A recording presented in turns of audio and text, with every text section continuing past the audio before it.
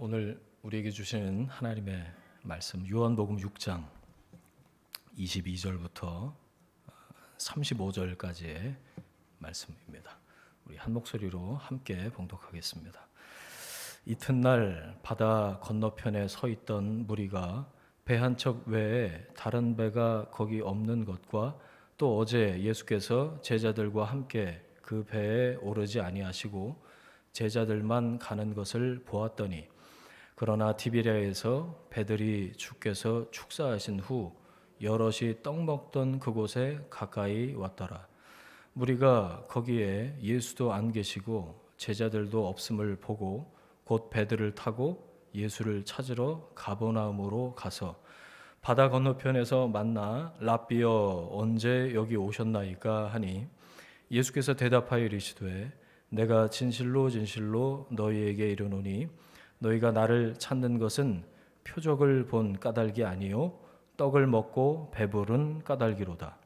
썩을 양식을 위하여 일하지 말고 영생하도록 있는 양식을 위하여 하라.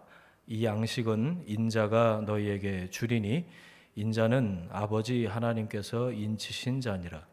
그들이 묻되 우리가 어떻게 하여야 하나님의 일을 하오리이까?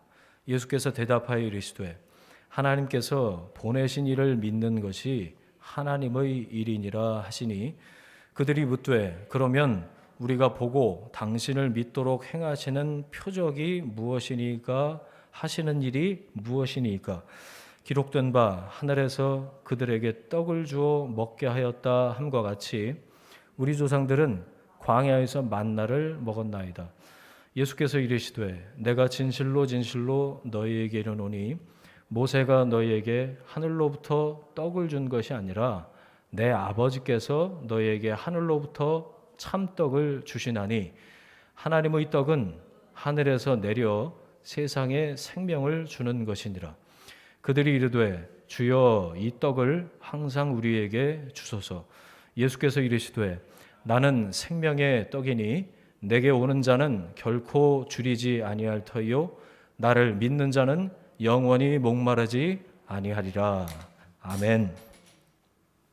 너는 나를 먹으라 라는 제목으로 말씀의 은혜 함께 나누겠습니다.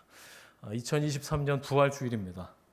우리 서로 한번 이렇게 인사하면 좋겠어요. 예수님 부활하셨습니다. 이렇게 먹이고 받고 예수님 부활하셨습니다. 전우저 예수님 부활하셨습니다. 예.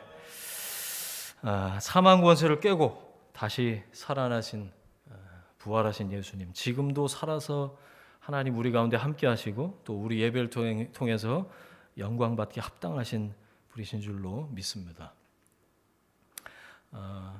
부활주일 때마다 좀 기억하는 게 있어요. 예수 믿는 게 뭘까라는 겁니다. 예수 믿는 게 뭘까? 그런 질문을 좀 해보신 적이 있으신지 모르겠어요. 예수 믿는 게 뭐지? 일요일 되면 교회 나오는 게 예수 믿는 건가요? 아니면 교회 안 다니는 사람들이 이제 소위 얘기하는 술 담배 안 하고 뭐 제사 안 지내고 다른 사람들보다 좀 더 도덕적으로 착하게 산다. 그게 예수 믿는 것의 정의는 아닐 겁니다. 그렇죠?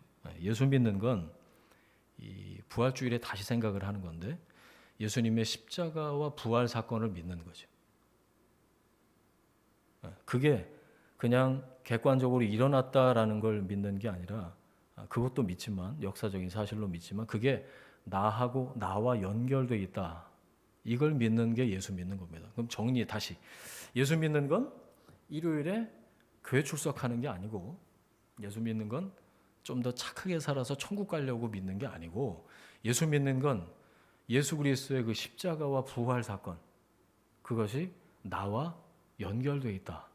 이걸 믿는 게 예수 믿는 거라는 거죠. 여러분 예수 믿으시죠? 오늘 이제 예수님을 믿고 예수님을 내 개인의 구주로 주인으로 또 세상을 구원할 구원자로 믿으시는 여러분과 함께 우리 교회 첫 성찬 예식을 이제 하려고 합니다. 부활절에 함께 할 수 있어서 너무 감사한 것 같아요. 너무 의미 있는 날입니다. 기왕에 개신교회는 매주일을 예수님 부활을 기억하는 날로 기념해서 이게 일요일이기 때문에 모이는 게 아니고 예수님이 부활하신 날이어서 그날 모여서 예배를 드리는 거예요. 매주 사실 부활절에 우리가 예배를 드리고 있는 겁니다. 그럼에도 불구하고 1년에 한 번 있는 이 교회력 중에 절기, 성탄절, 뭐 추수감사절, 특히 이제 부활절, 오늘은 이제 첫 꽃꽂이도 이렇게 돼 있는데 온라인에서 잘 안 보이시죠? 카메라로 이거 한번 비춰주시면 부활주일이 특별해서 그래요. 예수님이 십자가에서 죽으시고 다시 살아나신 그 까닭을, 그러니까 두 글자로 하면 이게 복음이죠, 복음. 이 복음을 다시 되새기는 계기가 되기 때문에 부활절이 특별하다. 그래서 저 계란 몇 시간 삶으셨어요, 집사님? 그래서 부활절 되면 삶은 달걀이에요, 계란이에요. 이걸 서로 나누는 거예요. 장조림 해 먹자, 뭐 그게 아니고 생명이 껍질을 깨고 나오는 것처럼 죽음의 권세를, 사망 권세를 깨고 부활하신 예수님 기억하자. 그래서 이제 나누는 거죠. 무슨 말씀을 나눠야 될까를 생각을 쭉 하다가 우리 이제 그 생명의 삶 본문으로 쭉 사무엘서를 나누고 있잖아요. 원래대로 하면 오늘 이제 내일인가요? 사무엘 하가 시작되는 그 말씀을 나눌까 생각하다가 오늘 또 첫 번째 성찬 예식도 있고 부활 주일이고 예수님이 생명의 떡으로 우리 가운데 오셨지, 이 말씀을 같이 나눠야겠다라고 생각을 했어요. 근데 제목은 뭐죠? 너는 나를 먹어라. 이 말씀으로 예수님이 어떤 분이신지 이걸 알아가는 게 부활 주일에 우리가 듣고 깨달아야 할 말씀이 아닌가 그렇게 생각했습니다. 6장 22절, 자 본문 한번 보세요. 이튿날 그랬습니다. 이튿날. 무슨 이튿날이에요? 무슨 날일까요? 오병이어 기적이 일어나고 바로 그 다음 날. 그래서 이튿날. 그러니까 이튿날 그 전날은 바로 앞에 보시면 오병이어 기적이 일어났던 그 날인 거예요. 많은 사람들이 예수님을 찾아왔습니다. 어디서 온 사람들일까요? 그 오병이어 먹었던 사람들이에요. 예수님 찾아왔어요. 예수님과 제자들이 어디 계시대. 그래갖고 갔는데 이미 자리를 비우셨어요. 거기는 안 계신 거죠. 23절, 어저께 그 오병이어 기적에 여럿이 떡 먹던 그곳에 가도 예수님이 안 계시죠. 24절 보세요. 그래서 어디까지 가죠? 배 타고 거기 지명 나오죠. 가버나움으로 갑니다. 디베랴 광야에서 가버나움까지 갈릴리 바다를 배 타고 건넌 거예요. 아니 뭐 이렇게 배 타고 건너기까지 이렇게 예수님을 찾아가나. 25절 보세요. 예수님 만나서 이 사람들이 뭐라고 그러는지 거기 나옵니다. 랍비여, 이게 선생님 그러거든요. 선생님, 왜 선생님이라고 할 거예요? 예수님이 가르쳐 주셨으니까 말씀도 가르쳐 주시고 뭐 그러니까 선생님 언제 여기 오셨어요? 한참 찾았잖아요. 그런 뜻이죠. 자, 26절부터 자, 여기 한번 보세요. 여러분 성경 한번 보세요. 옆 사람 성경도 한번 보세요. 무슨 색깔 글자가 쭉 나오죠? 빨간색 글자가 아마 나올 겁니다. 검은색이시면 손 들어보세요. 빨간색 안 나와요? 성경을 새고 사세요. 예수님이 직접 하신 말씀이 빨간색으로 프린팅된 성경이 많을 텐데 예수님이 쭉 얘기하시고 중간중간에 다른 사람들이 검은색으로 얘기하고 이제 그게 대부분 아마 그럴 거예요. 자, 어제 만났던 오병이어 몇 명이 먹었죠? 남자 어른만 5천 명이니까 한 2만 명 됐을 거다 생각해요. 2만 명 가까운 사람들 중에 바다 건너서 예수님 찾아온 사람들, 그 사람들이 지금 예수님 앞에 있는 거예요. 자, 상황을 머릿속에 떠올려 보세요. 그 사람들이 예수님한테 말을 걸어온 거예요. 아이, 한참 찾았잖아요. 왜 여기 계세요? 그 사람들이 왜 예수님 찾아왔을까? 26절에 보니까 예수님이 그 사람들한테 하신 말씀에 그 이유가 나와 있어요. 26절에. 거기 나오죠. 너희가 나를 찾는 건 뭐라고요? 떡 먹고 배불러서다. 예. 너희가 나 찾아온 거 떡 먹고 배불러서지? 라고 예수님 말씀하시는 거예요. 이거를 네 글자로 단도직입이라고 그럽니다. 혼자서 칼 한 자루 들고 적진으로 뛰어들어간다 그런 거거든요. 그러니까 뭐 왜 사람 이렇게 오랜만에 만나고 그러면 뭐 날씨 얘기하고 뭐 건강 얘기하고 뭐 정치 경제 얘기하고 아이스 브레이킹하고 뭐 이런 거 하잖아요. 분위기 파악하려고. 근데 예수님은 그런 게 없으셔. 이런 거 안 하시고 저 사람들이 왜 여기까지 찾아왔는지 예수님은 알고 계셨던 거죠. 그래서 그들이 들어야 할 말씀을 단도직입 선포하고 계신 거예요. 26절이 너희가 어저께 떡 먹은 그 사람들 맞지? 오늘도 날 여기 바다 건너까지 찾아온 이유는 어제 떡 먹고 배불러서 온 거지? 자, 그 사람들 입장에서 얼마나 당황했을까요? 들킨 거잖아. 떡 또 달라고 온 건데 본심을 들킨 거잖아요. 아무 말도 안 했는데 예수님 왜 여기 계세요? 한참 찾았네. 그러니까 예수님이 너희가 나를 찾아온 건 떡 먹고 배불러서다 이렇게 얘기를 하신 거예요. 이 사람들이 뭘 경험했죠? 그 전날 아무것도 없는 허허벌판에서 떡 5개 물고기 2마리로 어떤 소년의 도시락 하나를 가지고 2만 명이 배 터지게 먹었어. 그 다음에 12광주리가 남았어. 그 기적을 눈으로 자기 두 눈으로 목격을 한 겁니다. 그러니까 예수님 다시 안 찾고 백이냐 이거죠. 어마어마한 기적을 자기 두 눈으로 목격을 하고 자기 입으로 그걸 먹은 거예요. 그 사람들이 예수님 찾아온 거라니까요. 여러분 인생의 가장 큰 문제가 뭐죠? 복잡하게 생각하실 거 없어요. 인생의 가장 큰 문제가 뭘까? 먹고 사는 거 아니에요? 먹고 사는 거? 뭐해서 먹고 사나? 뭐 먹고 사나? 그러니까 메뉴를 고르는 게 아니고 살려면 먹어야 되니까 계속해서 내가 먹을 게 있나? 내년에도 먹을 게 있나? 5년 후, 10년 후에도 먹을 게 있나? 그게 다 되면 내 새끼 먹을 건 있나? 이거 걱정까지 가는 게 인생의 가장 큰 문제, 고민 아닐까요? 다른 걱정은요, 사실 먹고 사는 걱정, 이 생존이 보장된 다음에야 비로소 할 수 있는 걱정인 것 같아요. 그런데 그 인생의 근원적인 고민이 일거에 해결이 되는 걸 그 기적을 자기 눈앞에서 직접 경험을 한 거예요. 안 쫓아오고 백이냐 이거지. 어디에 꽂힌 거예요? 이 사람들이 어떻게 하면 계속 배부를 수 있을까?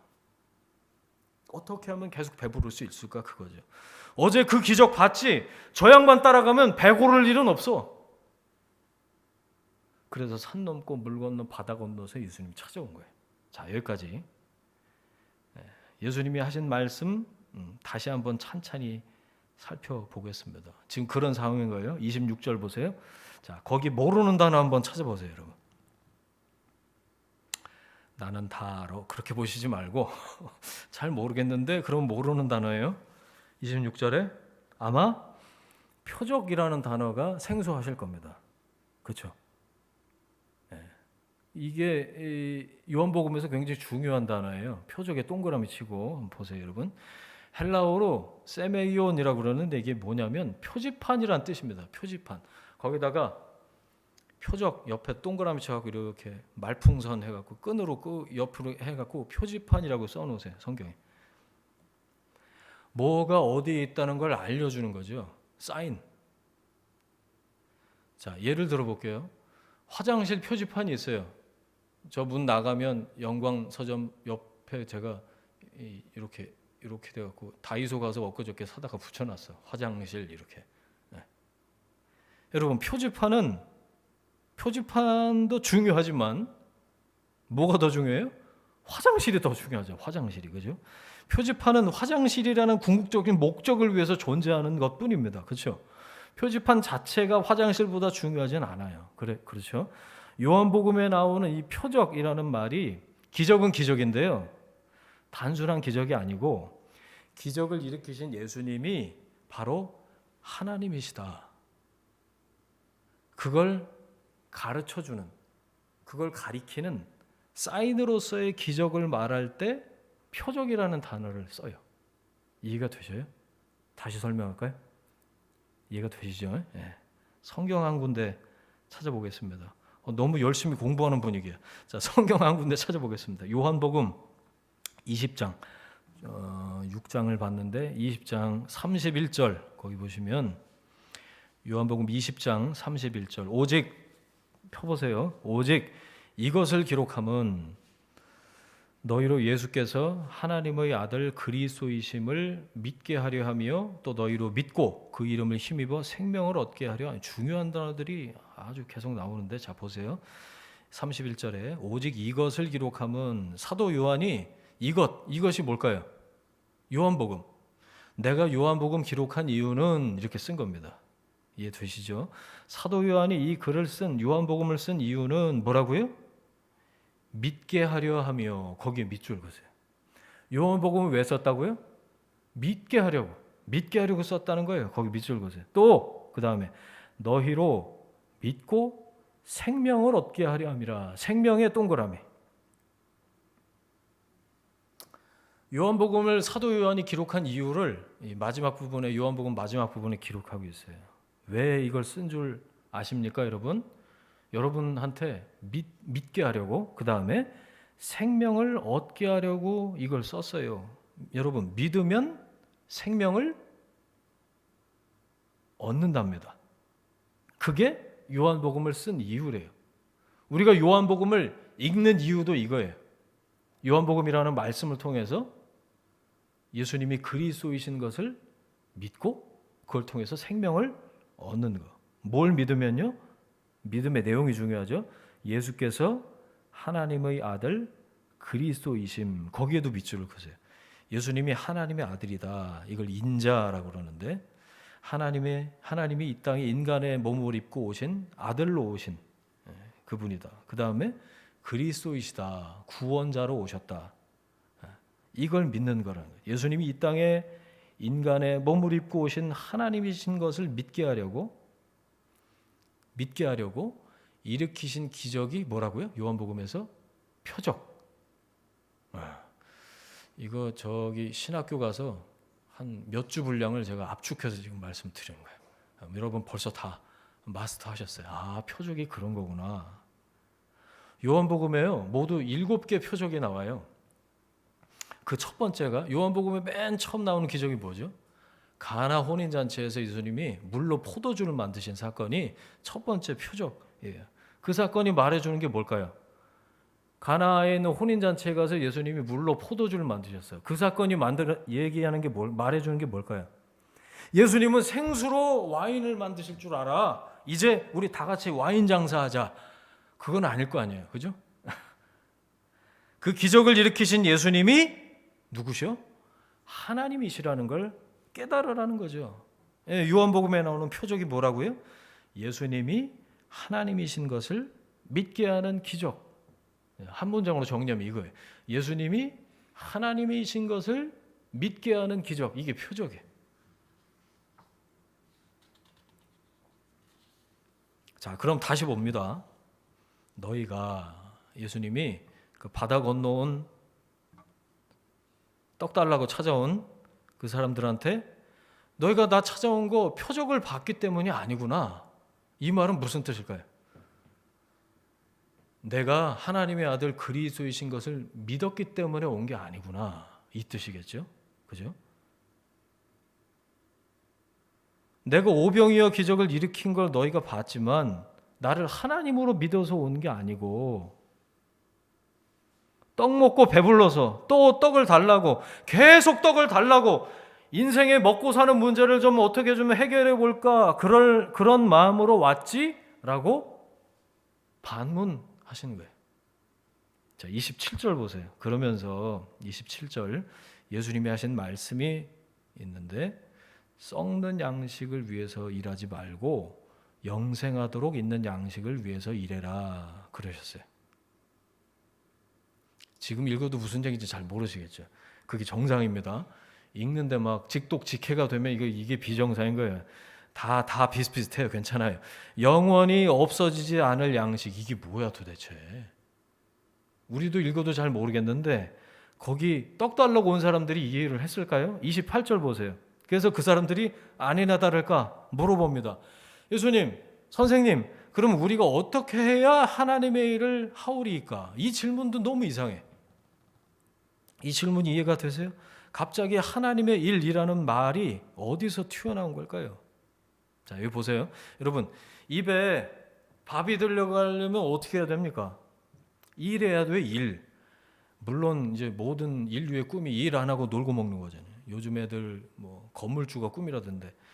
하나님은 원래 인간을 노동의 대가로 음식을 얻는 존재로 만드셨어요. 땀을 흘리지 않으면 입에 먹을 게 들어가질 않아.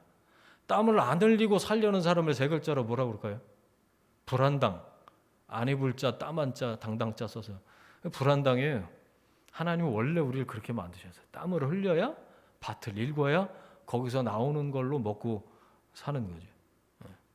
예수님이 말씀하신 영원히 없어지지 않을 양식, 이 말을 듣고 이 바다 건너 예수님 찾아온 사람들의 머릿속에 하나님을 위해서 일을 하면 그거 얻을 수 있겠구나 이렇게 생각을 한 거죠. 하나님을 위해서 일을 하면 썩지 않는 양식을 주신대. 이렇게 예수님의 말씀을 자기들 마음대로 해석을 하고 이해를 한 거란 말이에요. 그래서 예수님께 이렇게 되물은 거죠. 그러면 우리가 하나님의 일을 어떻게 하면 되죠?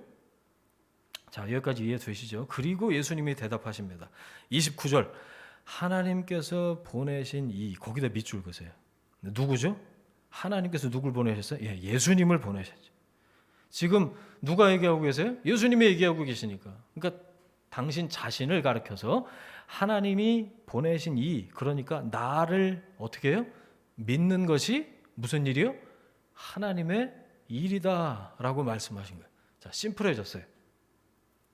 그 사람들이 뭐라고 얘기했든지 그건 다 까먹으셔도 괜찮아. 근데 예수님이 뭐라고 말씀하셨는지 그 빨간색 글자는 확실히 알고 계시. 하나님께서 보내신 지금 이 말씀을 하고 계신 나 예수 그리스도를 믿는 것이 하나님의 일이다라고 말씀하신 거예요. 자, 그 다음에 못 알아들은 또 무리들이 계속 답답해 죽었어요. 아주. 그래서 제가 열을 올려가면서 지금 설명을 하고 있는데 30절 보세요. 자, 무리들이 또 물어봐요.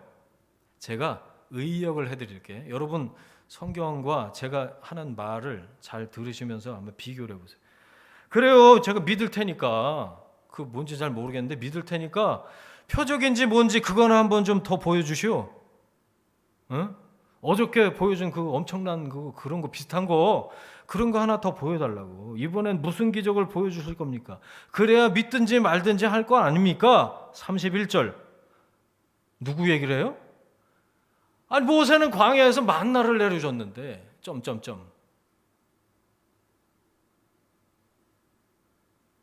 이 정도 되면 예수님 말씀 못 알아들은 게 확실하죠. 자, 예수님이 하나님의 일은 말씀하셨을 때 하나님의 일은 어떻게 하는 겁니까? 물었더니 나를 믿는 게 하나님의 일이다 그러셨잖아요. 자, 그럼 정상적인 대화로 가볼게요. 나를 믿는 게 하나님의 일이다 그러셨어요. 그러면 뭐라고 또 물어봐야 정상이죠? 하나님의 일이 뭔지 잘 모르잖아요 아직. 그리고 당신을 믿는 게 그게 뭔지 그걸 알려주십시오 라고 물어보든가, 당신은 누군지 라고 물어보든가. 물어볼 게 얼마나 많아. 그런데 못 알아듣기로 작정을 한 건지 아니면 듣기를 포기한 건지 초지일관 떡 집착입니다. 떡을 못 먹다가 아주 죽은 귀신이 붙었나. 떡 집착. 떡 달라고. 모세는 만나를 줬는데 당신은 우리한테 뭐 줄 겁니까? 계속 그 얘기만 그냥 일방적으로 내뱉고 있는 거예요. 자, 31절 조상들 얘기까지 들먹이면서 우리 조상들은 저기 광야에서 모세를 통해서 만나 먹었다던데 자꾸 믿으라고 그러지만 말고 광야에서 만나가 내리는 것 같은 기적을 보여줘야. 그러니까 이게 무슨 말인가? 당신이 모세급은 되어야 우리가 믿지 않겠습니까? 라고 딜을 하고 있는 거예요. 여러분 우리도 신앙생활하면서 이런 거 하지 않아요? 하나님하고 딜을 해요. 하나님 이 정도는 내가 얼마나 기도했어요. 헌금도 하고 신앙생활 교회 열심히 다녔지. 이 정도는 하나님 응답해 주시고 이 정도는 해주셔야 제가 믿든지 말든지 할 거 아닙니까? 그 10년 전, 20년 전 그때 반짝 받았던 그 은혜로 근근히 버티고 있는데 하나님 이럴 거예요? 이러고 하나님과 은혜의 딜을 한단 말이죠. 내 입에 뭐라도 들어가야 믿지. 그러니까 지금으로 얘기하면 그거예요. 요즘엔 이렇게 떡집에 하면은 한 팩씩 이렇게 포장해서 갖다 주더라고요. 그러니까 이거 떡이라도 한 팩씩 줘야 믿지, 이런 뜻이에요. 어저께는 그냥 그 호흡을판에서 그 도시락 하나 갖고 2만 명이 먹었는데, 아니 그런 거 비슷한 거라도 지금 여기까지 왔는데 그 알다가도 모를 그런 얘기 고만하시고 떡이라도 한 팩씩 나눠주시오, 이 얘기 하고 있는 거예요. 그 사람들이 생각하는 믿음의 정체가 여기 드러나고 있어요. 그 사람들은 머릿속에 예수님 따라가면 1일 1기적 아니면 최소한 일주일에 5병이어 1회 뭐 이런 건 있겠지 라고 생각을 하고 여기까지 온 거죠. 떡 주면 믿겠다, 빵 주면 믿겠다, 먹고 사는 문제가 해결이 되면 믿어주겠다, 이렇게 얘기를 한 겁니다. 사실상 여러분이 생각하는 믿음은 뭔가요? 이 부활절에 이 말씀을 나누고 싶었어요. 여러분이 생각하는 믿음은 뭔가? 아까 설교 초도에 예수님을 믿는다는 게 뭔가라는 거에서 말씀을 나눴는데, 여러분이 생각하는 믿음의 그 정의, 초월자한테 잘 보여서 복 받으려고 하는 거라면 교회 말고 다른 데 가는 게 빠를 겁니다. 우리는 종교 생활하러 모이는 사람들이 아니에요, 여러분. 살아계신 하나님을 인격적으로 만나고 그 하나님이 나의 아버지셔서 나를 향해서 말씀하시는 그 아버지의 뜻과 마음을 깨닫기 원해서 여기 있는 거예요. 하나님이 기뻐하시는 삶을 살고 싶어서 지금 여기 이렇게 예배하고 있는 줄 믿습니다. 그래야지 교회 가면 떡 준대, 부활절이니까 달걀 준대, 그래갖고 오는 건 아니잖아요. 여러분, 오병이어 다음날 예수님 찾아온 이 사람들의 이 믿음에 대한 이해처럼 믿음의 결국이 떡을 위해서, 밥을 위해서 믿는 거라면, 믿는 이유가 먹고 사는 문제 해결이라면, 교회 다니는 게 복받고 병 고치고 문제 해결받기 위해서라면, 뒤집어 볼까요? 먹지 못하면, 예수 믿어도 먹지 못하면, 예수 믿어도 문제가 해결 안 되면, 예수 믿어도 내가 원하는 게 원하는 때 해결이 안 되면 내 믿음은 헌신짝처럼 아무짝에도 쓸모없는 게 되어버리는 거 아닐까요? 그러면 그냥 싹 바꿔버려, 하루아침에. 믿음은 공중분해가 되는 거죠. 30절 보세요, 다시. 30절, 당신을 믿도록 행하시는 표적. 저는 이 말이 목에 가시처럼 걸려갖고 잘 안 넘어가더라고요. 우리도 예수 믿으면서 이럴 때가 많아요. 나도 이 성경에 나온 이 사람들과 별반 다를 바가 없구나. 믿으면 눈에 보이게 뭐가 나아져야 되는 거 아닌가, 이런 생각을 가지고 교회 다니는 사람들이 많다고요. 교회 오래 다닌 사람일수록 그런 게 켜켜이 쌓여 있어요. 하나님 기적을, 최소한 기적까지는 아니더라도 기적급 되는 어떤 일들은 내 삶에 일어나야 믿지. 그래야 남들 보기에도 명구스럽지가 않지. 너 예수 그렇게 오래 믿었다면서 뭐가 하나 좋아지는 게 없냐, 이런 소리 들으면 하나님 좀 쪽팔리잖아요. 하나님도 안 그러세요? 막 교회 와서 기도하는데 그런 생각을 하고 있는 거지. 예수 믿는 보람이 있어야지. 입에 밥이 들어가고 병도 고쳐지고 문제도 해결이 돼야 교회 와서 헌금도 하는 거지. 여러분, 지금 우리 중에 그 누구도 이 문제에서 자유로운 사람이 없어요. 하나님 무슨 기적을 보여주셔서 나한테 믿게 하실 겁니까? 정확하게 이 워딩이 아니더라도 이런 마음으로 우리가 믿음을 착각하고 있다면 이 말씀으로 우리가 다시 교정돼야 하겠다 생각해요. 요한복음 4장에 예수님이 왕의 신하의 아들의 병을 고치시는 장면이 나오는데 거기서 이런 말씀을 하세요. 너희가 표적과 기사를 보지 못하면 도무지 믿지 않을 거다. 표적을 안 보여주면 못 믿겠다, 안 믿겠다. 우리가 믿을 수 있는 건 딱 표적까지만이다. 이게 우리가 생각하는 믿음에 대한 이해였잖아요. 당신을 믿도록 행하시는 표적.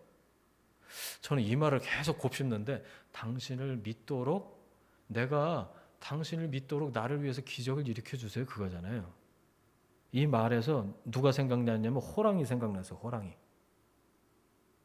떡 하나 주면 안 잡아먹지. 그 말이 생각났어요. 당신을 믿도록 행하시는 표적. 그 호랑이의 목적은 뭔가요? 그 얘기 잘 기억이 안 나는데 죽죠 아마? 떡 다 주고 죽죠? 네. 떡 안 주면 잡아먹겠다고 그래갖고 하나씩 꼭 빼준 거 아니에요? 여러분 기적이 없으면 믿음도 없는 건가요? 그러면 이 예수님이 찾아온 이 사람들하고 별반 다를 바가 없다는 거예요. 하나님 기적 없으면 믿음도 없어요. 하나님 알아서 잘 하세요. 하나님이 좋은 거 나한테 주셔야 제가 계속 믿습니다. 이러고 있는 거란 말이지. 여러분 떡 앞에서 빵 앞에서 저는 이걸 문제라고 통칭을 하고 싶어요. 우리 인생의 문제. 그 문제 앞에서 내 믿음의 민낯을 대면하는 겁니다. 이 말씀은 너무 부끄럽습니다. 오래 예수 믿어서 더 부끄러워요. 믿음은 오래 묵혀놓는다고 숙성되는 게 아니에요. 무슨 김장김치예요. 그럼 믿음은 어떻게 시작이 돼서 어떻게 성장하라고 어떻게 깊어지는 걸까요? 믿음은 거기다 어디다 쓰세요, 여러분. 정확하게 순종하는 만큼만 믿음은 자랍니다. 내 믿음이 왜 안 자랐을까? 왜 맨날 그 모양 그 타령이고 교회를 꽤 오래 다녔는데도 아직도 이럴까? 순종을 하셨나 한번 생각해 보세요. 믿음은 정확하게 순종하는 만큼만 자랍니다. 믿음은 자기 부인하는 만큼만 성장해요. 예수 믿으면서 자기 부인 해보셨어요? My wife 말고 self deny. 내가 아니라 주님이십니다. 우리 금요일 날 모여서 그 기도했잖아요. 자아 중심이 아니고 하나님이 중심이십니다. 여러분 그러니까 믿음의 연수를 자랑할 게 없어요. 믿음은 짬밥순이 아니에요. 절대로. 믿음은 하나님과의 관계입니다. 그러니까 관계가 어떻죠 여러분? 시간을 압축해서 깊어질 수 있는 게 관계예요. 그래서 성경에 먼저 된 자가 나중되고 나중된 자가 먼저 된다고 그랬어요. 이런 역전의 현상이 일어나는 게 교회 오래 다녀서 믿음이 성장하고 깊어지고 자라고 그러는 게 아니라 하나님과의 관계이기 때문에 시간을 압축해서 그 관계가 깊어질 수 있다라는 거죠. 두 가지 기억하세요. 하나님 말씀에 순종하는 만큼 자라고, 두 번째 자기 부인을 하는 만큼 믿음은 성장한다. 여러분이 생각하는 믿음은 뭡니까? 여러분 믿음은 어떤 기준에 걸려 있냐라는 거예요.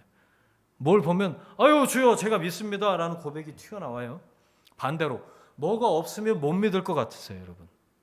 우리가 열심히 기도라고 하는 것도 딱 이 정도에 머물러 있는 건 아닌지 한번 돌아봤으면 좋겠어요. 하나님 내가 믿고 안 믿고는 하나님 하시기에 달렸어요. 보여주면 믿을게요. 저 이런 기도 굉장히 많이 했던 것 같습니다. 모태신앙으로 청소년기 이렇게 지내면서 하나님 음성을 딱 제 귀에 한 번만, 여러분도 원치 않아, 딱 한 번만 내가 너를 사랑한다 한 번만 이 귀에 들리게 한 번만 들려주시면 제가 살겠어요. 중학교 때 이런 기도 얼마나 많이 했는지 몰라. 들려주셨을까요? 안 들려주셨을까요? 안 들려주셨어요. 제 귀에 들리게는 안 들렸는데 제 가슴에 지워지지 않을 확신으로 하나님이 살아계신다는 걸 깨닫게 해주셨어요. 그러니까 여기 있죠. 미쳤다고 제가 여기 보여주면 믿을게요. 들려주면 믿을게요. 여러분 아닙니다. 최소한 지금보다 나아져야 믿는 것도 아니에요. 여러분 하나님은 도대체 날 위해서 뭘 하시는 걸까? 살아계시는 건 맞나? 이 생각을 갖는 건 뭐라고요? 호랑이. 떡 하나 주면 안 잡아먹지. 기적을 봐야 믿겠다는 거죠. 조건부 믿음이에요. 사실상. 그건 믿음이 아니에요. 믿음이 아닌 거죠. 조건부 믿음은.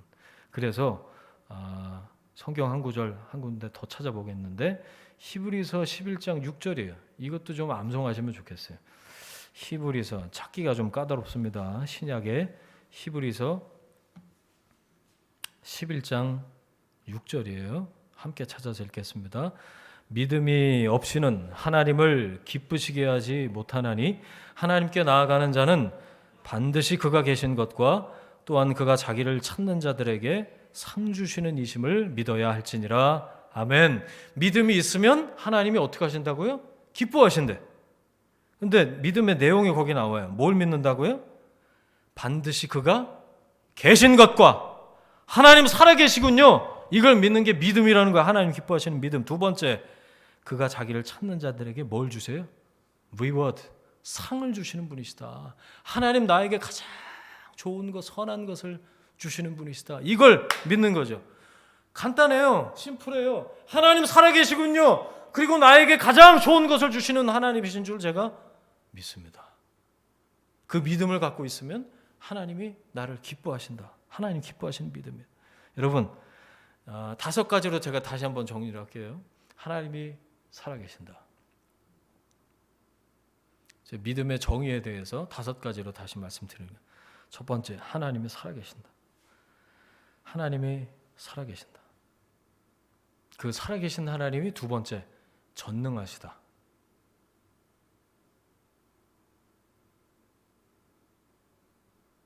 하나님께는 불가능한 것이 없으시다라는 게 전능하시다. 세 번째, 전능하신 그 하나님이 선하시다.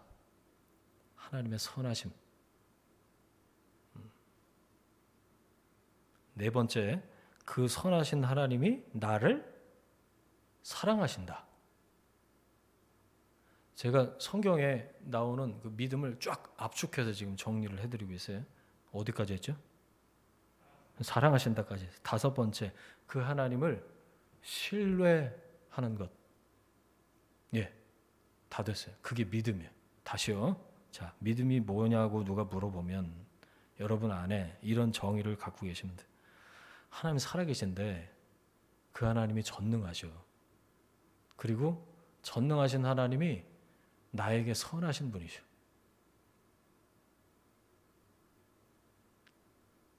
근데 그 선을 어떤 기준에 의해서 베푸시냐? 하나님 나를 사랑하신다. 살아계시고 전능하시고 선하시고 나를 사랑하시는 그 하나님을 신뢰하는 것. 5가지 다 나왔죠. 그게 믿음.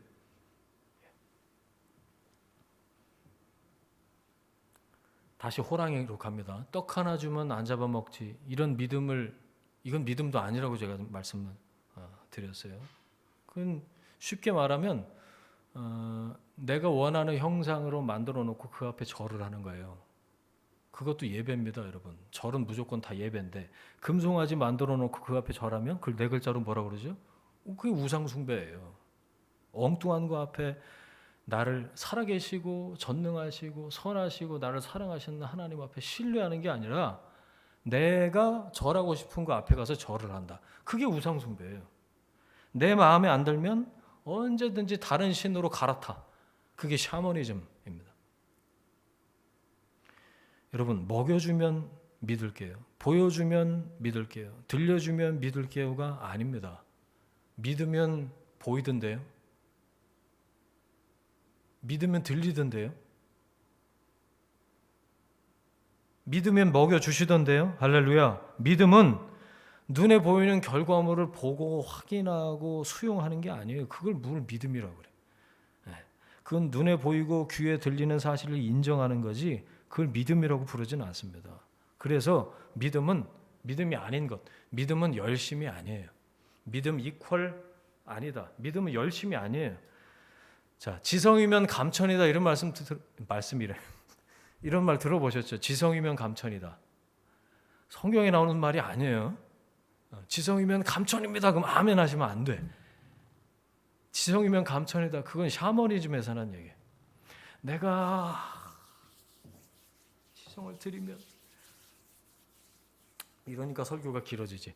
예전에 했던 교회에 여기 이제 오늘처럼 성찬식을 하는 날이면 큰 교회는 이제 성례부라고 따로 계셔요. 권사님들이 이제 떡하고 이제 포도주를 준비해서 이제 근데 새벽같이 목욕을 하시고 어디서 어떻게 배우셨는지 잘 모르겠어요.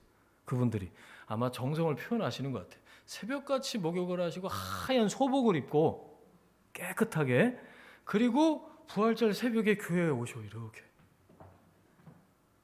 한 번은 주일도 새벽 기도가 있었어요. 꼼꼼한데 소복을 입은 교회에 성찬을 준비하러 권사님들이 오셨구나 이런 생각이 없이 꼼꼼한데 그분들은 이제 마주친 거지. 교회 로비에서 얼마나 놀랐을까요? 그 자리에서 귀신을 내쫓을 뻔했어. 그러니까 그걸 잘못됐다, 어땠다 이러고 싶은 마음은 없어요. 그런데 만약에 이 중심에 지성이면 감천이다 이런 마음이라면 그건 성경적은 아니다라는 거죠. 내가 지성을 들이고 공을 들여서 하나님을 감복시키고 하나님을 감동을 시켜서 나한테 좋은 거를 받아내려고 하는 거 성경적이 아니에요. 그건 믿음이라고 얘기하지 않아요. 비슷한 얘기 하나 더. 하늘은 스스로 돕는 자를 돕는다. 들어보셨죠? Heaven helps those whom help themselves. 잠언 어디에 나오는 말씀이 아니에요, 이게. 내가 기도하면 하나님이 도와주셔서 여러분, 하늘은 스스로 돕는 자를 돕는다. 이거 성경에 나오는 말 아니에요. 우리는 믿음을 자꾸 내 피땀 눈물로 해석을 하려고 그래요. 내 피와 땀과 눈물이 들어가 있으면 하나님이 보시고 어휴 딱하다 들어줘야지. 며칠 기도했어. 그래 40일 했구나. 그래 내 응답해줘야지. 여러분 이거는 하나님을 무슨 자판기로 생각을 하는 거지. 인격적인 관계에서 그럴 수는 없는 거죠. 우리가 믿음을 다른 걸로 착각을 하고 살 때가 많다는 거예요. 뭐든 하면은 하나님이 감동하셔서 뭔가를 해주시겠지. 그런 생각을 가지면요, 안 주시면 어떻게 하죠? 갈아타버린다니까. 안 주시면. 못 받으면 갈아타겠다는 거 아닙니까? 나의 기준, 나를 만족시켜줄 그 무언가가 주도권을 갖는 게 아니라 예수 그리스도를 삶의 주인으로 모시고 살아가는 과정이 믿음의 삶이라. 내 주도권을 계속 양도하는 거예요. 삶의 중심이 내가 아니고 예수 그리스도라는 것을 고백하고 하나님께로 계속해서 그 주권을 넘겨드리는 그 과정으로서의 믿음. 성령이 내 안에서 하시는 그 말씀을 내가 먹고 마시고 그 말씀이 내 안에서 내가 되어가는 과정으로서의 믿음. 이건 이제 성찬식을 위한 말씀이기도 해요. 성령이 내 안에서 하시는 말씀을 내가 먹고 마시는. 그분을 인격적으로 경험하고 반응을 하면 딱 그만큼 믿음은 깊어집니다. 그래서 떡 타령은요, 여러분 예수 믿으면서 떡 타령 할 수도 있어요. 그런데 그건 어릴 때나 잠깐 하고 지나가야 되는 겁니다. 믿음을 기적에다가 묶어두시면 안 돼요.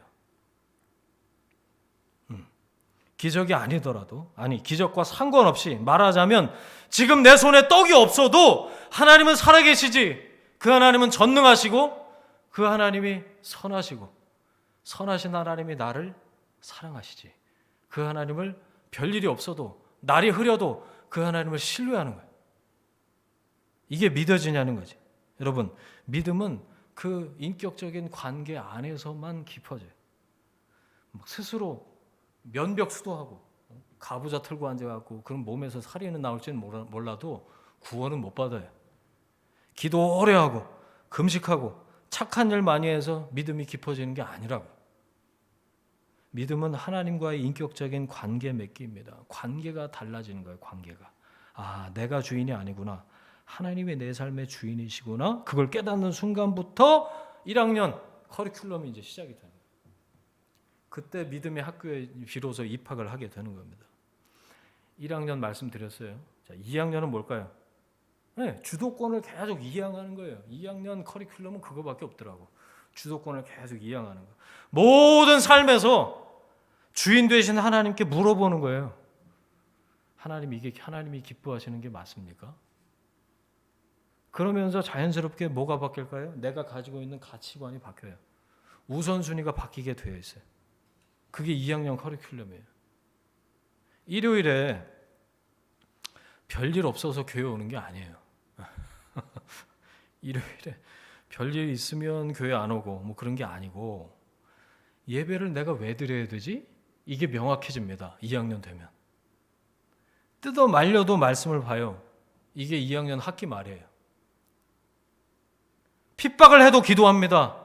한 3학년 1학기쯤 돼요. 그게 내가 사는 길이구나. 이걸 깨달아서 그래요. 자기주도 학습이 이제 되는 거예요. 그때부터. 제가 2학년 학기 말 과제를 알려드릴게요. 하나님이 나에게 어떤 분이신가? 그걸 패스를 해야 이제 3학년 올라가요. 하나님은 나에게 어떤 분이신가? 이걸 풀어야 3학년 올라가요. 여러분, 떡이 없어도, 빵이 없어도, 문제가 해결되지 않아도, 날씨가 흐리고 별일 없어도 여전히 하나님은 살아계시고 나를 사랑하신다. 그 과정을 거치면서 하나님에 대한 고백이 뚜렷해지면 믿음은 한 단계 업그레이드가 되는 거죠. 이게 계단식으로 올라갔다가 빠꾸로 할 수도 있고 다시 내려올 수도 있고 올라갈 수도 있는 게 이 믿음의 과정이더라고요. 자, 성경 한 구절 좀 더 보겠습니다. 32절, 33절 보세요, 여러분. 여러분 성경과 조금 다른 번역으로 제가 한번 읽어볼게요. 비교해서 한번 들어보세요. 예수님께서 대답하셨다. 그 성경 말씀의 진정한 의미는 이렇다. 모세가 너희에게 하늘에서 내려온 빵을 주었다는 게 아니라 지금 내 아버지께서 너희에게 하늘에서 내려온 빵, 곧 참된 빵을 주신다는 뜻이다. 하나님의 빵은 하늘에서 내려와 세상에 생명을 준다. 자, 읽어도 무슨 얘기인지 모르겠어요.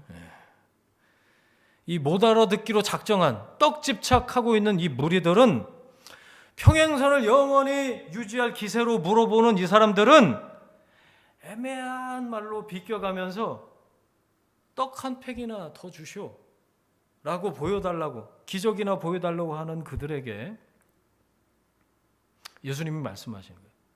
만나 그거 니네들 말 잘했다. 만나 그거 모세가 준 게 아니야. 하나님이 주신 거지. 내 아버지가 주신 거야. 지금은 이제 내가 왔어. 나를 믿는 게 하나님의 일인데 하나님의 떡은 생명을 주는 거야. 나를 믿는 게 하나님이 너에게 생명을 주시는 거라. 자, 설명을 해도 잘 못 알아듣겠죠. 이 사람들은 끝까지 못 알아듣는 게 맞아요. 여전히 못 알아들을 말씀을 계속 하고 계신 거예요. 자, 이 중에서 딱 한 가지만 우리 붙잡고 좀 말씀을 정리하면 좋겠어요. 예수님이 하신 말씀 우리가 알아듣기도 힘든데 이 떡에 꽂힌 사람들이 어떻게 알아들었겠어요? 그런데 이 와중에 영생 그리고 일이라는 단어가 그들 귀에 딱 꽂힌 겁니다. 유대인들이잖아요. 이 단어는 알고 있었어요. 영생 그리고 일해야 준다니까 그들의 귀에 딱 들린 거예요. 그래서 어떻게 하면 하나님의 일을 할 수 있죠? 라고 물어본 거예요. 이 대화에서도 마찬가지입니다. 표적을 보여줘야 믿죠. 그러니까 그러면서 만나 얘기를 했더니 33절 하나님의 빵을 얘기하신 거예요.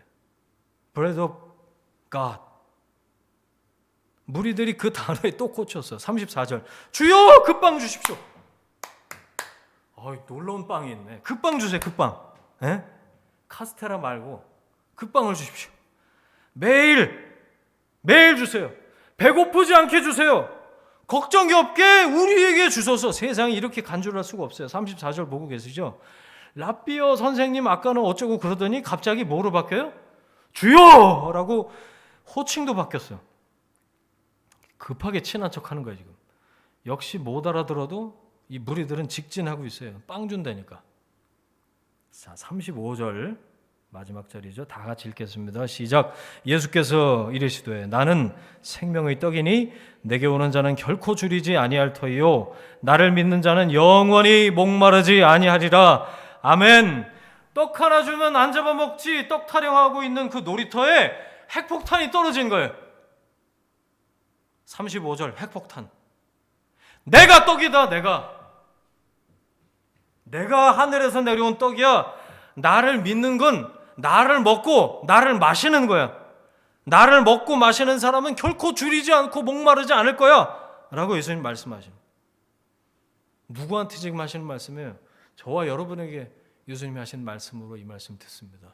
늘 살아가면서 굶주리고 늘 결핍 때문에 목마르고 갈망하고 부족함에 찌들어 있는 우리들에게 하나님이 말씀하시는 거예요.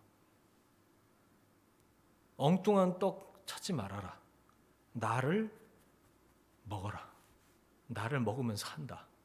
나를 마셔라. 나를 마시면 영원히 목마르지 않을 거다. 너는 나를 먹어라. 너는 나를 먹어라. 너는 나를 먹어라. 예수님 그렇게 말씀하고 있어요. 여러분, 믿는 건 성경에 보니까 먹는 일이에요. 믿습니다 이게 아니고 믿는 건 먹는 일이에요. 뭘 먹어요? 생명의 떡이신 주님을 내 안에 모시는 거예요. 생수이신 주님을 내가 마시는 거예요. 그렇게 주님으로 풀필, 가득 채워지는 거예요. 할렐루야. 그게 믿는 거예요. 이 시간에 예수님이 제자들과 마지막 식사를 하시면서 나누셨던 성찬을 함께 나누겠습니다. 설교 이제 말미인데 성찬을 함께 나누고 또 말씀을 마무리하려고 해요. 한 두어 주 전인가 제가 아는 그 밀양의 어떤 목사님이 전화를 하셨는데, 목사님 카타콤에서 잘 지내시죠?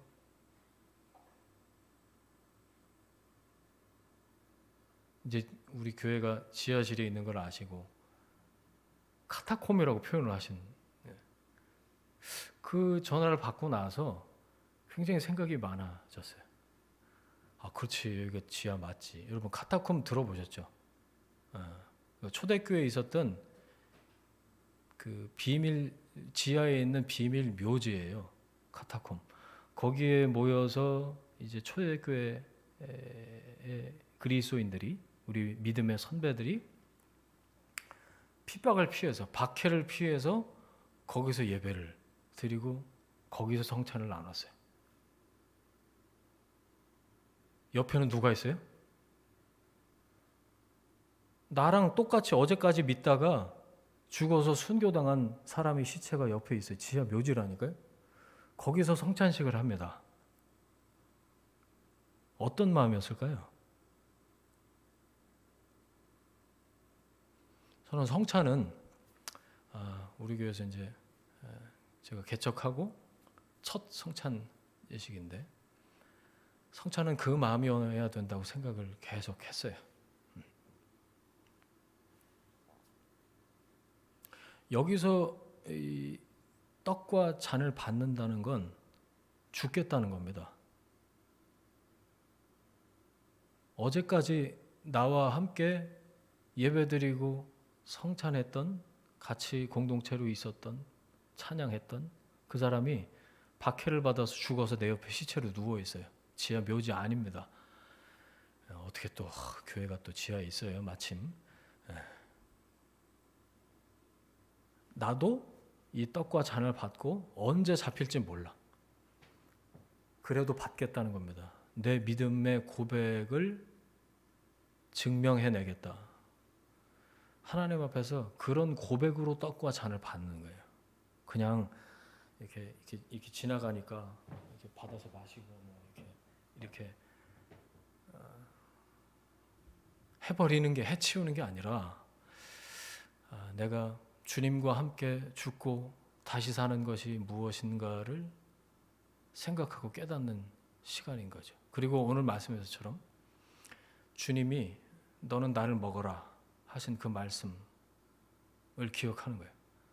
내 안에, 물론 상징입니다만, 내 안에 예수님이 나를 위해서 찢기신 그 몸과 나를 위해서 흘리신 그 피를 내 안에 모심으로 하나님이 나를 가득 채우셔서 하나님이 기뻐하시는 믿음으로 하나님 나를 만들어 가시고 나를 변화시켜 가실 거다.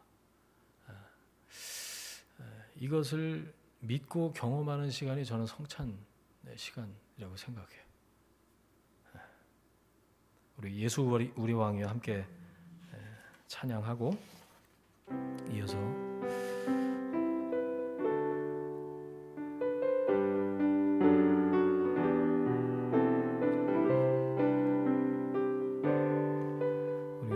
믿고 함께 찬양하겠습니다. 예수 우리 왕이여 이곳에 오소서.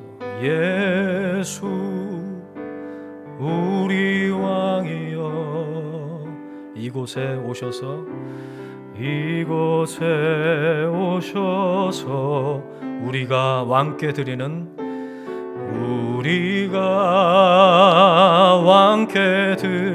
영광을 받아 주소서. 영광을 받아 주소서. 우리는 주님의 백성, 우리는 주님은 우리 왕이라. 주님은 우리 왕이신 예수여, 왕이신 예수여. 좌정하사 다스리소서. 계속 연주해 주시고 우리 찬양 가사를 기억하면서 성찬을 함께 나누겠습니다. 이제 마지막 만찬에서 예수님이 제자들에게 자신의 몸과 피를 주시면서 나를 기억하라 라고 하신 주님의 말씀을 따라서 그리스도의 몸과 피를 나누면서 우리를 하나 되게 하신 주님의 은혜를 누리겠습니다. 주님께서 제자들과 함께 식탁에 앉아서 축사하시고 빵과 잔을 나누셨습니다. 이 빵을 먹어라. 이것은 너를 위해서 주는 나의 몸이다. 이 잔을 받으라. 이것은 너를 위해서 흘리는 나의 피, 언약의 피다 말씀하셨습니다. 예수님을 주인으로 고백하는 분들 모두 이 성찬에 참여하실 수 있고요. 한 분씩 이제 앞으로 나오셔서 빵과 잔을 받아가시는데 잘 들으세요, 여러분. 제가 형제를 위한 주님의 몸입니다. 그러면 아멘 하고 받으시면 돼요. 제가 자매를 위한 주님의 피입니다 라고 하면 아멘 하고 고백하고 받으시면 되는데, 자, 빵은 제가 여기서 나눠 드릴 때 그 자리에서 받아서 드시면 돼요. 그 다음에 잔은 포도 주스 들어있는 잔을 드릴 텐데, 잔은 자기 자리로 갖고 들어가셔서 먼저 드시지 마시고 기다려 주세요. 아시겠죠? 함께 기도하고 함께 먹도록 하겠습니다. 한 번씩 나오셔서 윤창호 집사님부터 앞으로 좀 나오셔서 받으시죠.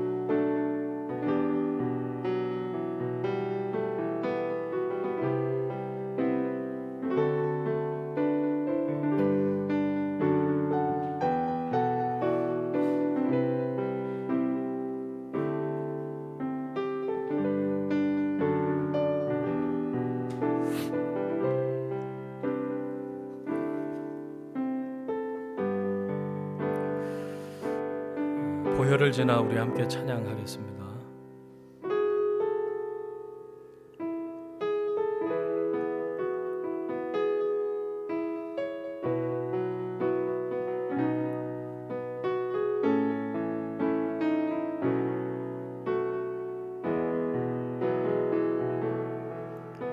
보혈을 지나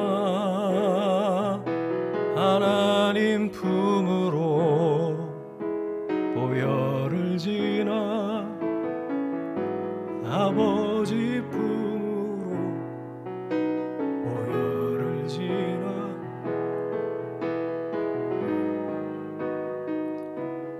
한 걸음씩 나아가네. 존귀한 주 보혈이 존귀한 주 보혈 내 영을 새롭게 하시네. 존귀한 주 보혈이 내 영을 새롭게 하네. 민지는 받았어요? 민지는? 반주 그만.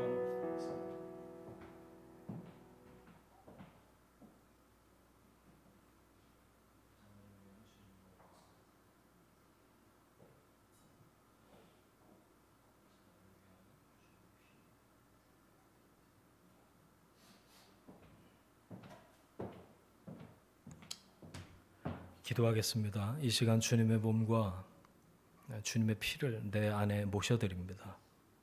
나를 위해서 십자가 위에서 찢기신 주님의 몸을 먹습니다.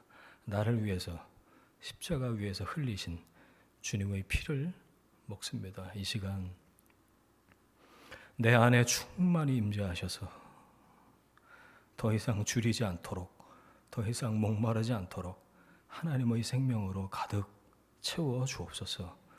연약한 자들을 강하게 하옵소서. 피곤한 자들이 새 힘을 얻게 하옵소서. 낙심한 자들이 회복되게 하시고 몸과 마음이 아픈 자들이 치유되게 하옵소서. 묶인 자들이 자유를 얻게 하시고 괴로운 자들은 주님 바라보게 하옵소서. 기쁨을 주시고 평안을 주시고 하늘의 충만한 은혜로 우리 모두를 덮어 주옵소서. 예수님 이름으로 기도드립니다. 아멘. 함께 잔을 먹겠습니다.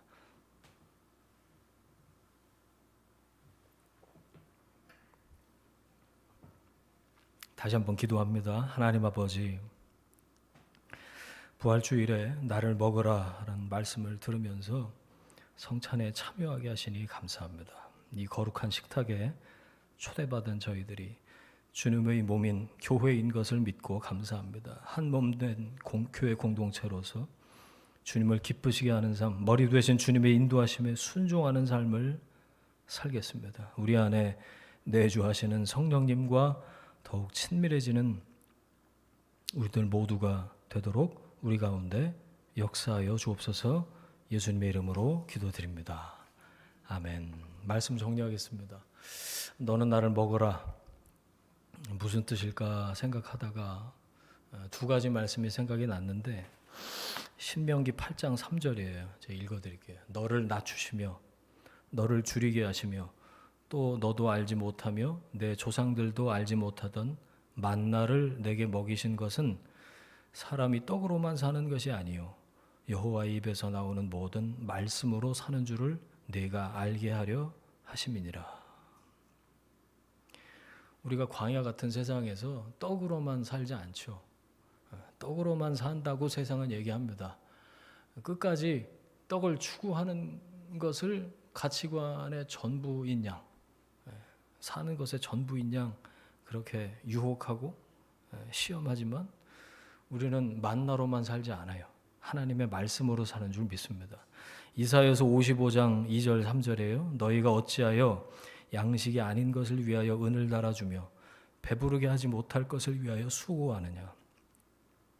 내게 듣고 들을지어다. 그리하면 너희가 좋은 것을 먹을 것이며 너희 자신들이 기름진 것으로 즐거움을 얻으리라. 너희는 귀를 기울이고 내게로 나와 들으라. 그리하면 너희의 영혼이 살리라. 아멘. 나를 먹어라.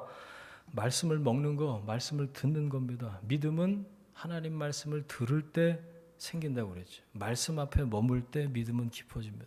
살아계신 하나님, 나를 사랑하시는 그 하나님, 그 말씀에 귀를 기울이는 거죠. 청종하는 겁니다. 순종하는 겁니다. 그러면 네가 살리라 말씀하십니다. 부활주일 이 아침에 저와 여러분에게 주시는 하나님의 말씀입니다. 사랑하는 내 아들아, 사랑하는 내 딸아, 살아야 한다. 나와 함께 살자. 사망 권세 깨고 부활하신 주님이 여러분에게 말씀하십니다. 너는 나를 먹어라. 내가 내 안에서 생명이 되겠다. 내가 너를 채우겠다. 결코 줄이거나 목마르지 않도록, 결핍에 시달리고 부족하지 않도록 가득 채우겠다. 주님 말씀하십니다. 여러분에게 하나님은 어떤 분이십니까?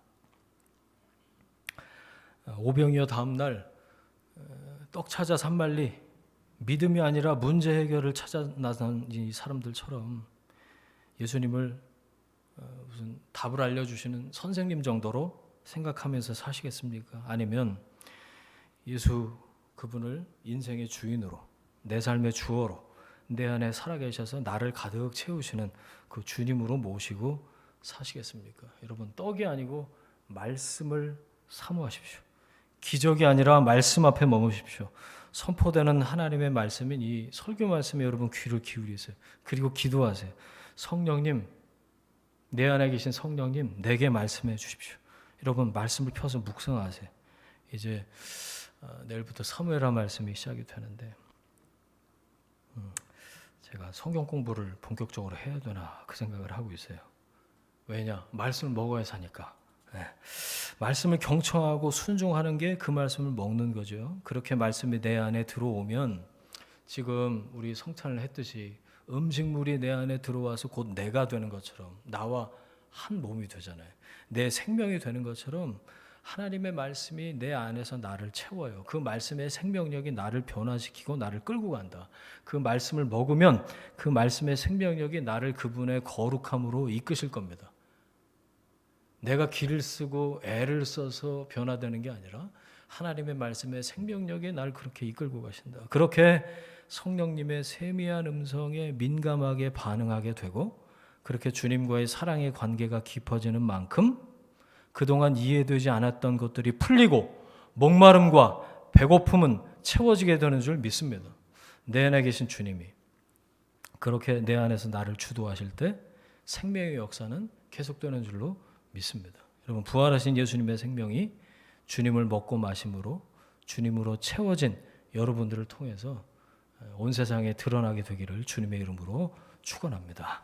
아멘. 함께 기도하겠습니다. 제가 기도하겠습니다. 사랑하는 주님, 이 부활의 아침에 우리들에게 나를 먹어라, 너는 나를 먹어라 라고 말씀해 주시니 감사합니다. 우리가 무엇이기에 주님을 내 안에 모실 수 있겠습니까?